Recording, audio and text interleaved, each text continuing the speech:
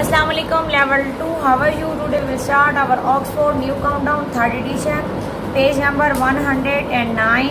Today our new topic is measurement centimeter. Fill in the centimeter marks on the ruler.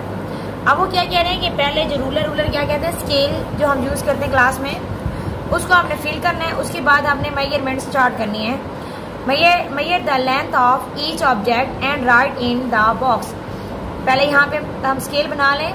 0 1 2 3 4 5 6 7 8 9 10 11 12 13 14 15। अब क्या है level 2। यहाँ पे हमने क्या करना है, जैसे हमारे पास पार्ट ए में पिन है।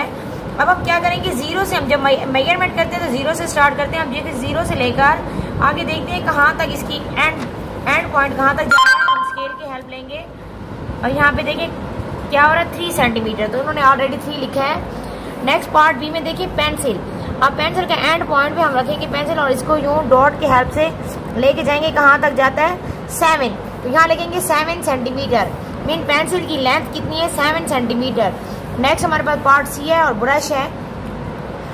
इसके एंड पे देखेंगे ब्रश के कि यहाँ पे इस पे पेंसिल रखेंगे ब्रश और यहाँ पे क्या करेंगे 1 2 3 यहाँ पे डॉट लगाएंगे और देखेंगे कहाँ तक जाता है, 9 तक। यहाँ लिखेंगे 9 सेंटीमीटर।